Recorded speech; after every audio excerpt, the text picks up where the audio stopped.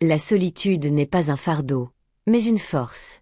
Elle n'est pas un vide, mais une source. Dans un monde où tout s'accélère, où chaque instant est saturé de bruit, d'images et d'attentes, elle apparaît comme un espace rare, presque sacré.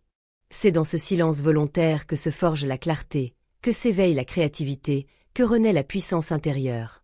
Chaque instant passé seul est une opportunité de se retrouver. C'est un retour à l'essentiel, à cette vérité intime que nous oublions trop souvent. Nous portons déjà en nous les réponses, les ressources et la lumière que nous cherchons partout ailleurs. La solitude agit comme un miroir honnête. Elle fait tomber les masques, elle nous ramène à notre authenticité, elle nous réapprend à écouter la voix intérieure que le tumulte étouffe. Ce n'est pas un hasard si les plus grands penseurs, les artistes visionnaires et les sages de toutes les traditions ont cherché ces retraites loin du monde.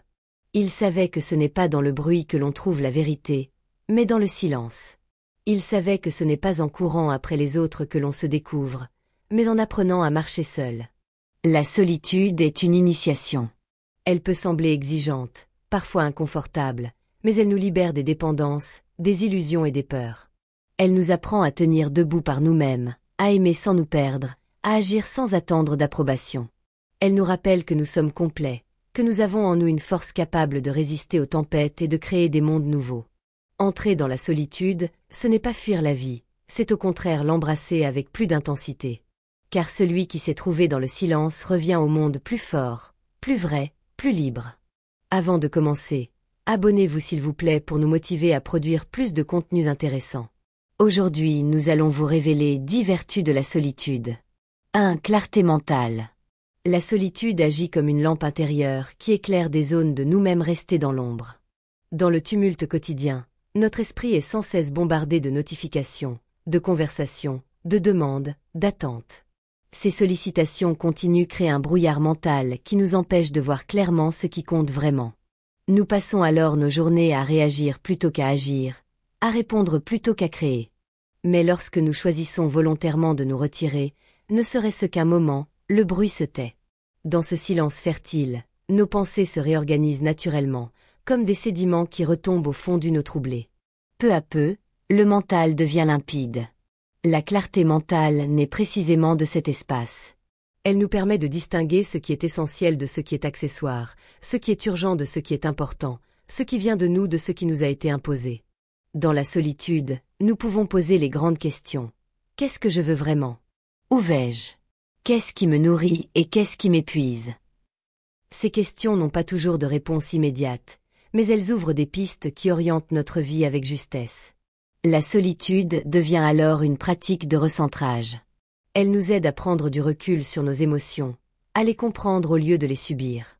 Elle nous offre la possibilité d'évaluer nos choix et de réajuster notre trajectoire. Ce n'est pas un hasard si les grands penseurs, philosophes et sages de l'histoire ont cherché ces moments d'isolement. Ils savaient que la clarté ne naît pas dans le tumulte, mais dans le calme.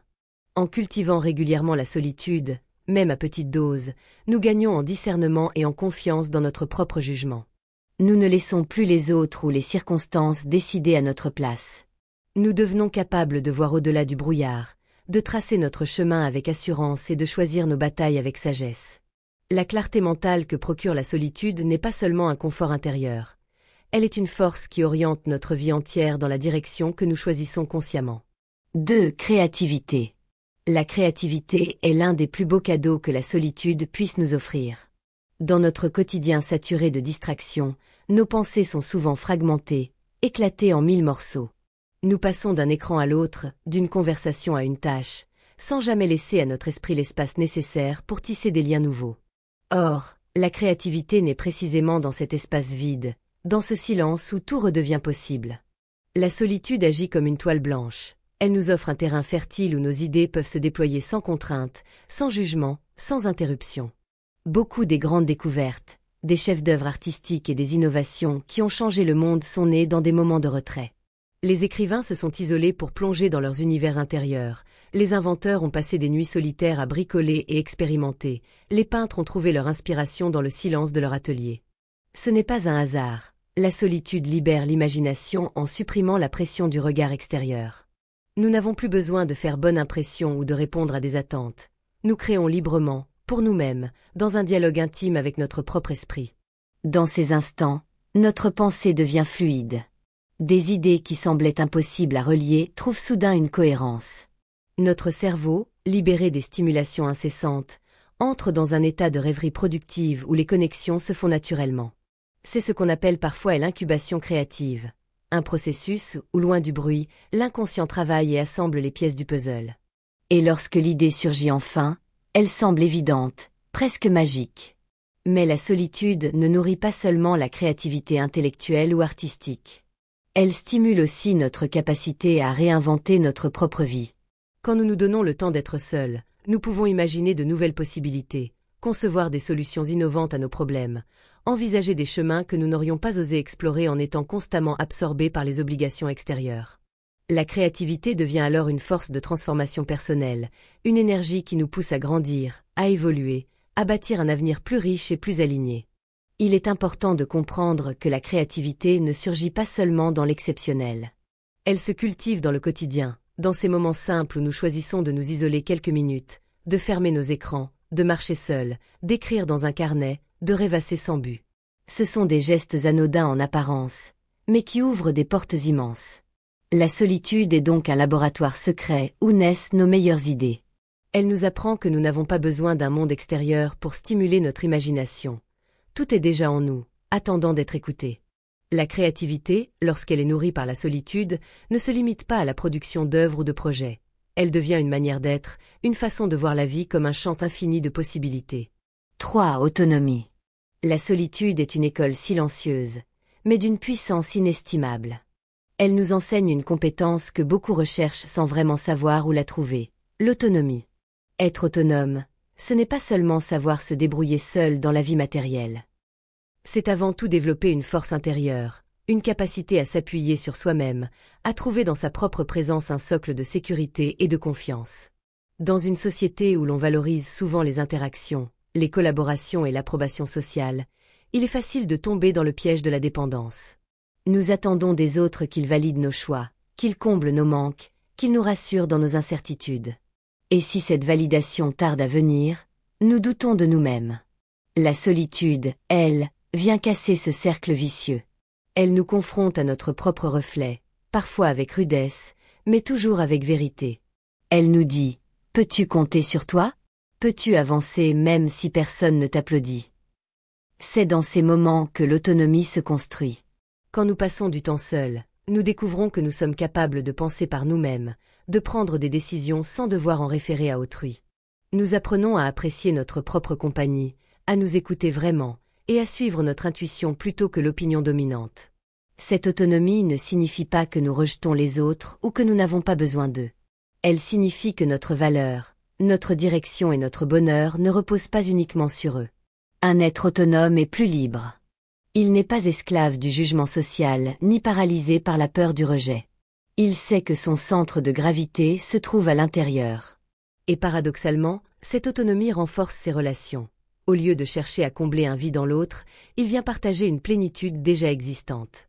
La solitude devient ainsi un terrain d'entraînement. Chaque moment où nous choisissons de rester seuls, non pas par isolement forcé mais par volonté, nous renforce. Elle nous oblige à trouver nos propres solutions, à nous réinventer, à créer nos propres repères. C'est dans cette expérience que nous comprenons que nous avons toujours eu les ressources nécessaires en nous. Plus nous cultivons cette autonomie, plus nous gagnons en assurance. Nous n'attendons plus que les circonstances ou les autres nous donnent la permission de vivre pleinement. Nous avançons par conviction, pas par imitation. Et lorsque les tempêtes de la vie surviennent, nous tenons bon, car nous savons que nous pouvons compter sur nous-mêmes. En ce sens, la solitude est un cadeau. Elle n'est pas un manque, mais une invitation à se retrouver et à découvrir qu'au fond, nous sommes plus complets que nous ne l'imaginons. Être autonome, c'est devenir capitaine de son navire, même en haute mer. Et cela, c'est une liberté que rien ni personne ne peut nous enlever. 4. Reconnexion à soi. Dans le rythme effréné de la vie moderne, il est si facile de se perdre. Nous courons après des objectifs, répondons à des attentes, jouons des rôles multiples, parents, collègues, amis, partenaires, jusqu'à parfois oublier qui nous sommes réellement. Le danger est subtil. Plus nous avançons ainsi, plus nous nous éloignons de notre identité profonde. Et c'est précisément là que la solitude devient une bénédiction. Elle nous offre une pause, un retour à la source, une reconnexion à soi. Être seul, ce n'est pas être coupé du monde. C'est, au contraire, retrouver le monde intérieur que nous avons souvent négligé. Dans le silence et l'absence de sollicitations extérieures, nous avons l'occasion de tendre l'oreille à cette petite voix intérieure, celle qui sait, mais que nous étouffons trop souvent sous le bruit des obligations et des distractions. Cette voix n'est pas toujours forte, mais elle est toujours juste. Elle nous rappelle nos valeurs, nos passions, nos rêves véritables. La solitude agit comme un miroir honnête. Elle nous confronte à nos vérités cachées, parfois à nos blessures, mais aussi à nos désirs authentiques.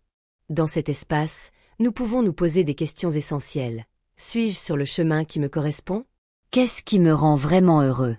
Quels choix sont dictés par la peur ou par le regard des autres? Ces réflexions, bien que parfois inconfortables, sont libératrices. Car elles nous ramènent à l'essentiel, notre authenticité. La reconnexion à soi ne signifie pas rejeter le monde extérieur. Elle consiste à équilibrer nos rôles sociaux avec la vérité de notre être. Plus nous sommes connectés à nous-mêmes, plus nous devenons capables de dire non à ce qui ne nous correspond pas et de dire oui à ce qui nourrit notre âme. C'est un acte de courage, celui de se choisir. La solitude nous aide également à recharger notre énergie vitale. Lorsque nous passons du temps seuls, sans masque ni performance, nous pouvons relâcher la tension accumulée et nous ressourcer. Ce retour à soi nous rend plus disponibles ensuite pour les autres, mais d'une manière plus saine, car nous donnons à partir d'un réservoir plein et non d'un vide. C'est pourquoi les moments de solitude devraient être vus non pas comme une fuite ou un luxe, mais comme une nécessité. Ils sont comparables à un entretien régulier de notre cœur et de notre esprit.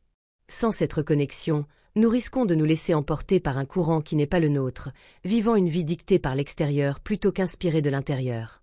Retrouver ce lien avec soi, c'est se rappeler que nous avons le droit d'exister pleinement, sans devoir constamment correspondre aux attentes.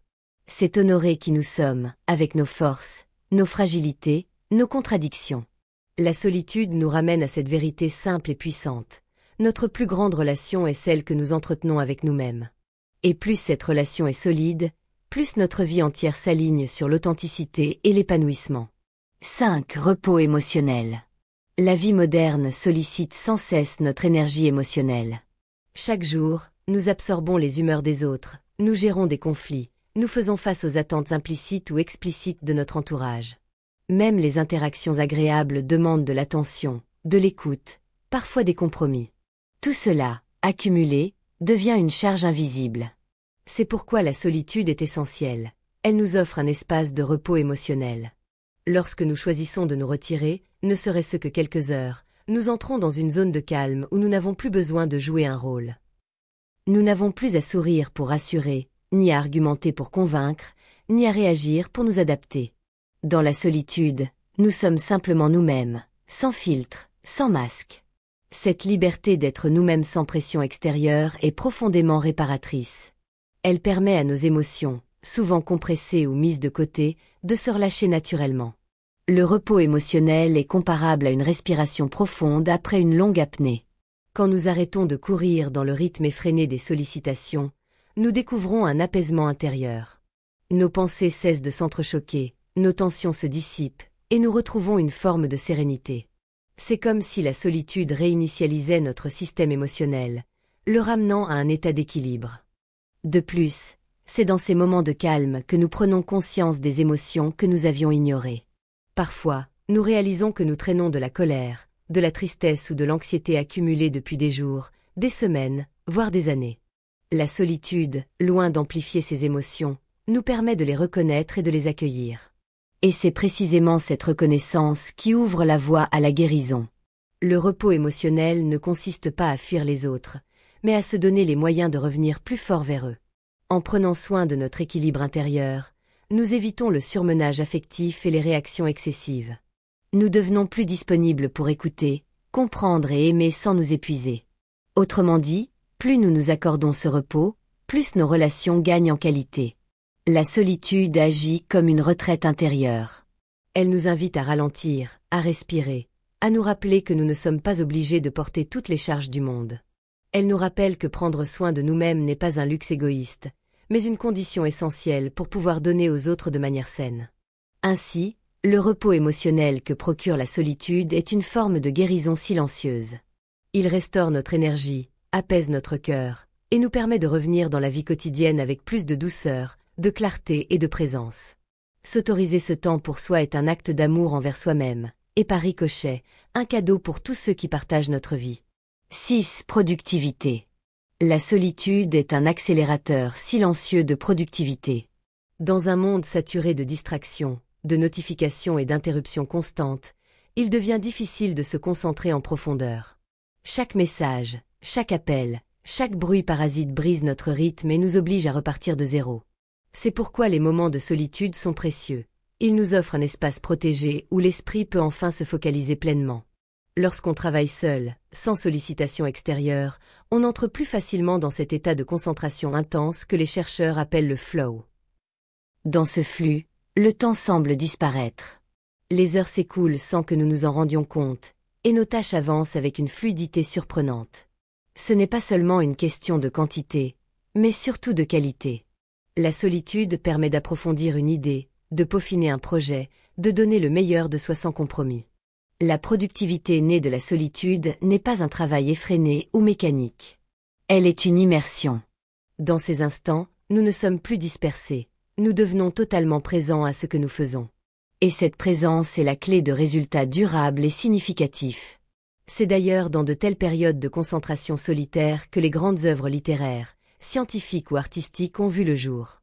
Les créateurs savent que, sans ces retraites volontaires, il est presque impossible d'atteindre des sommets d'excellence. Mais la solitude ne sert pas seulement la créativité ou les grands projets. Elle améliore aussi notre efficacité dans les petites choses du quotidien. Un travail qui nous aurait pris 2 heures au milieu du bruit peut être accompli en 30 minutes dans un environnement calme. Cette optimisation nous libère du temps et de l'énergie pour d'autres priorités, renforçant encore notre équilibre de vie. Il faut comprendre que la productivité réelle ne se mesure pas uniquement par le nombre de tâches accomplies, mais par leur pertinence et leur impact. La solitude nous aide à clarifier nos objectifs avant même d'agir. Elle nous pousse à distinguer l'essentiel du superflu, à concentrer nos efforts sur ce qui compte vraiment. Elle devient donc une alliée non seulement pour produire davantage, mais surtout pour produire mieux. Enfin, cette vertu de la solitude développe en nous une discipline intérieure. En apprenant à travailler efficacement sans stimulation extérieure, nous renforçons notre autonomie et notre maîtrise personnelle. Nous cessons de dépendre d'un environnement ou d'une supervision pour avancer. Nous devenons capables d'exploiter notre temps avec rigueur et liberté. Ainsi, la solitude est un laboratoire de performance. Elle nous permet d'exprimer notre plein potentiel, d'atteindre des niveaux de concentration rares et de réaliser des choses qui paraissent inaccessibles dans le tumulte. Elle nous apprend que la véritable productivité n'est pas une question de vitesse, mais de profondeur, de qualité et de cohérence. Cette résilience. La solitude est un terrain fertile pour développer une qualité rare et essentielle, la résilience. Être résilient, c'est la capacité à se relever après une chute, à trouver en soi la force d'avancer malgré les épreuves, à transformer les difficultés en tremplin plutôt qu'en obstacle. Or, cette résilience ne s'acquiert pas dans la facilité ou dans le confort permanent, mais dans les moments où nous devons compter avant tout sur nous-mêmes. C'est précisément ce que la solitude nous apprend. Lorsque nous sommes seuls, nous n'avons pas toujours quelqu'un pour nous distraire de nos blessures ou pour combler nos manques. La solitude nous confronte parfois à notre douleur brute, à nos peurs et à nos fragilités. Cela peut sembler difficile, mais c'est une étape nécessaire. C'est dans cette confrontation que naît la force. Nous apprenons à apprivoiser nos émotions, à les traverser plutôt qu'à les fuir, à nous tenir debout même lorsque personne ne nous tend la main. Chaque fois que nous faisons cela, notre résilience grandit. La solitude nous enseigne aussi la patience et la persévérance. Dans un monde où tout doit aller vite, elle nous oblige à ralentir, à accepter le temps long. C'est en restant seuls face à nos doutes que nous développons la capacité d'attendre, de supporter l'incertitude et de ne pas abandonner à la première difficulté. La résilience, c'est ce muscle invisible qui se renforce à force d'épreuves, et la solitude est une salle d'entraînement parfaite pour cela. Mais la solitude n'est pas seulement une confrontation, elle est aussi une guérison. Dans le calme, nous trouvons des ressources insoupçonnées. Nous découvrons que nous possédons déjà les outils nécessaires pour nous reconstruire. Elle nous apprend que nous ne sommes pas aussi fragiles que nous le croyons. Même dans l'adversité, nous pouvons trouver une lumière intérieure qui nous guide. Et cette lumière, une fois découverte, ne s'éteint plus. Être résilient grâce à la solitude signifie aussi apprendre à se redéfinir. Après une épreuve, beaucoup cherchent à retrouver leur vie comme avant. Mais la vraie résilience, c'est accepter de ne plus être le même, de grandir grâce aux difficultés. La solitude nous aide à écrire ce nouveau chapitre, à transformer nos cicatrices en force, nos échecs en apprentissage. Ainsi, la résilience née de la solitude ne nous rend pas seulement capables de survivre, elle nous rend capables de fleurir malgré les tempêtes. Elle nous donne une assurance tranquille, une solidité intérieure que rien ni personne ne peut nous enlever. C'est cette force silencieuse qui fait que, même après les pires chocs, nous pouvons dire « Je suis encore là. J'ai grandi. Je continue. » 8. Liberté intérieure. La liberté intérieure est sans doute l'une des richesses les plus profondes que la solitude nous offre. Dans nos vies modernes, nous sommes souvent prisonniers d'influences invisibles. Car être libre, ce n'est pas seulement avoir le choix de nos actions extérieures, c'est avant tout se sentir libre à l'intérieur, affranchi du poids des regards et des injonctions. La solitude nous apprend également à écouter nos propres désirs. Quand le bruit extérieur se tait, nos envies profondes remontent à la surface. Nous découvrons ce qui nous passionne, ce qui nous nourrit, ce qui nous fait vibrer. Cette reconnexion à nos aspirations authentiques nous libère des choix dictés par la comparaison ou la peur. Nous n'avons plus besoin de suivre le chemin tracé par d'autres. Nous traçons le nôtre, avec confiance et courage. Mais la liberté intérieure, c'est aussi la capacité de choisir notre rythme. Dans la solitude, nous retrouvons le luxe du temps. Nous pouvons ralentir, contempler, créer sans pression. Nous ne sommes plus soumis à l'agenda des autres. Cette indépendance nous redonne une sensation de maîtrise sur notre vie. Elle nous apprend que la vraie liberté n'est pas de faire ce que tout le monde fait, mais de vivre en accord avec soi-même. Enfin, cette liberté intérieure nous rend plus solides dans nos relations. Quand nous avons appris à être en paix seuls, nous ne cherchons plus à combler un vide par les autres. Nous ne vivons plus dans la peur d'être rejetés, car nous savons que notre valeur ne dépend pas d'une approbation extérieure. Cela transforme notre façon d'aimer et de partager. Au lieu d'attendre que les autres nous définissent, nous venons vers eux avec une identité déjà affirmée. La solitude, loin d'être une prison, est donc une porte vers l'espace le plus vaste qui soit, celui de notre liberté intérieure. Elle nous libère des illusions, des pressions et des masques, pour nous ramener à une vérité simple et puissante. Nous sommes déjà suffisants tels que nous sommes. Et dans cette vérité, nous découvrons la plus grande des libertés, celle de vivre alignée avec notre être profond. 9. Épanouissement spirituel. La solitude n'est pas seulement un espace de repos ou de créativité, elle est aussi un chemin vers l'épanouissement spirituel. Depuis des millénaires, les sages, les mystiques, les moines et les chercheurs de vérité ont cherché volontairement l'isolement pour approfondir leur connexion au divin, à la nature ou à leur essence intérieure. Ce n'est pas un hasard, la solitude ouvre une porte que le bruit du monde ferme trop souvent. Dans ce silence choisi, nous découvrons une dimension plus vaste de nous-mêmes, une paix qui dépasse les simples émotions, un sentiment d'unité avec ce qui nous entoure. L'épanouissement spirituel ne dépend pas d'une religion particulière ou d'un dogme. Il naît du fait de tourner notre attention vers l'intérieur, de contempler la vie avec plus de profondeur. La solitude offre ce cadre. Elle nous permet de méditer, de prier, de réfléchir, ou simplement de respirer en conscience. Ce temps seul devient alors une forme de sanctuaire, un espace sacré où nous pouvons explorer des questions fondamentales comme qui suis-je? Quel est le sens de mon existence? Quelle place j'occupe dans l'univers? Dans ces instants, nous prenons conscience que nous ne sommes pas uniquement nos rôles, nos possessions ou nos réussites. Nous découvrons une identité plus profonde, une essence stable qui reste intacte même au milieu des changements de la vie. Cette découverte procure une paix immense. Nous réalisons que nous ne sommes pas définis par ce qui nous arrive, mais par la conscience avec laquelle nous le vivons. La solitude nourrit aussi la gratitude et la contemplation. Quand nous ralentissons et que nous nous isolons, nous remarquons des détails que nous négligions. La beauté d'un rayon de lumière, le souffle de notre respiration, le chant du vent. Ces petites choses deviennent des portes vers l'infini, rappelant que la vie elle-même est un miracle. En cultivant cette attention, nous développons une relation plus intime avec l'existence, et notre cœur s'ouvre à une dimension plus élevée. Cet épanouissement spirituel, loin de nous couper du monde, nous y relie au contraire d'une manière plus profonde. Plus nous passons de temps dans la solitude consciente, plus nous revenons aux autres avec compassion, compréhension et amour. Nous ne cherchons plus à contrôler, mais à accompagner. Nous ne cherchons plus à dominer, mais à servir. La solitude spirituelle élargit notre perspective et nous fait voir la vie comme un ensemble cohérent où chaque expérience, même douloureuse, a un sens et une valeur. Ainsi, la solitude devient une pratique sacrée. Elle nous invite à élever notre regard, à transcender le quotidien et à nous relier à quelque chose de plus grand que nous. Elle nous enseigne que l'épanouissement spirituel n'est pas une destination lointaine, mais une expérience accessible, ici et maintenant, dès que nous choisissons de nous tourner vers l'intérieur. Dans ce choix simple, nous trouvons une paix durable et une joie profonde, qui ne dépendent ni des circonstances ni des autres. 10. Authenticité. La solitude est le terrain où germe et s'épanouit l'authenticité. Dans la vie quotidienne, nous sommes constamment entourés de regards, d'opinions et d'attentes. Souvent sans nous en rendre compte, nous adaptons notre comportement pour plaire, pour être acceptés, pour éviter le rejet. Nous portons des masques sociaux qui, à force d'habitude, finissent par nous coller à la peau. Mais dans la solitude, ces masques tombent. Nous n'avons plus besoin de jouer un rôle, de nous justifier ou de nous conformer. Nous sommes simplement nous-mêmes. C'est dans ce tête-à-tête avec soi que l'on redécouvre son essence véritable. Peut-être au début cela dérange, car la solitude nous confronte à des facettes de nous que nous avions oubliées, ou même fuies. Mais peu à peu, cette rencontre devient libératrice. Être authentique, c'est accepter toutes nos dimensions, nos forces et nos fragilités, nos contradictions et nos élans.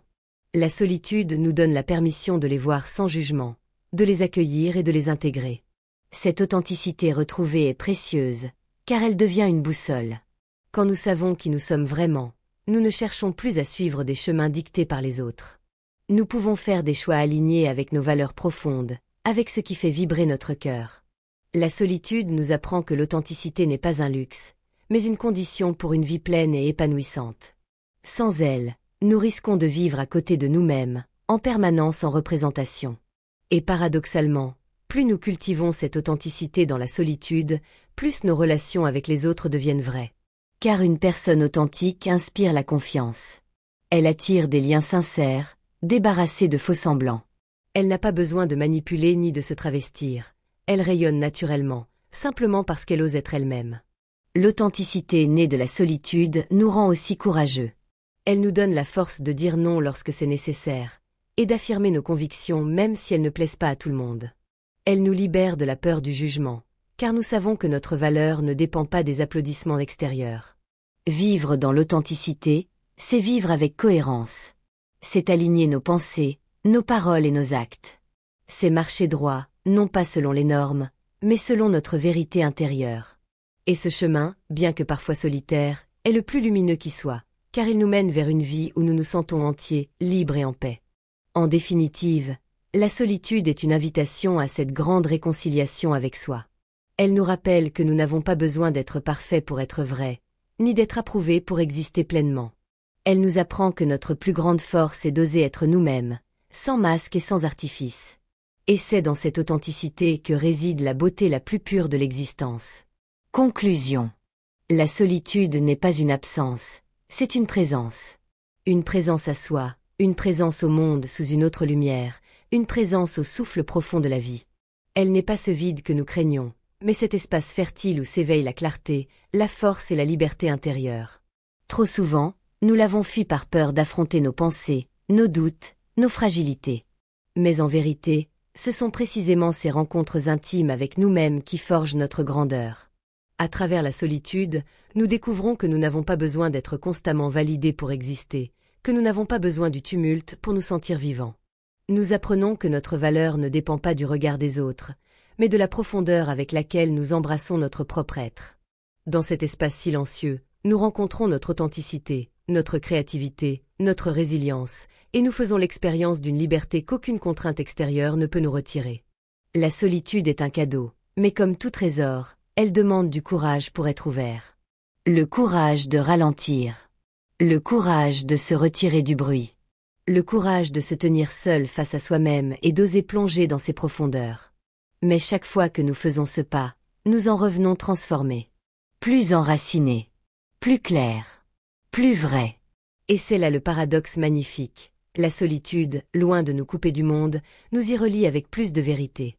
Car celui qui a appris à se nourrir dans le silence revient vers les autres non pas avec un vide à combler, mais avec une plénitude à partager.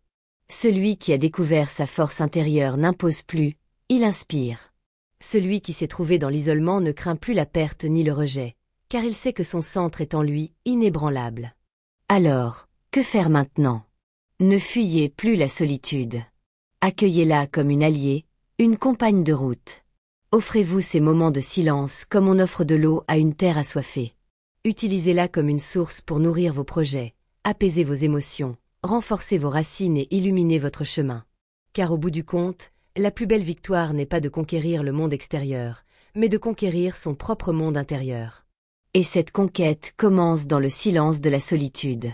Là où tout s'apaise, là où tout s'éclaire, là où tout devient possible. La solitude n'est pas une fin, elle est un commencement. Elle est l'espace d'où naît une vie plus consciente, plus alignée, plus vibrante. Alors marchez sans crainte vers elle, ouvrez cette porte, et laissez le silence révéler la grandeur qui sommeille déjà en vous. Merci DE votre aimable attention. N'oubliez pas de vous abonner.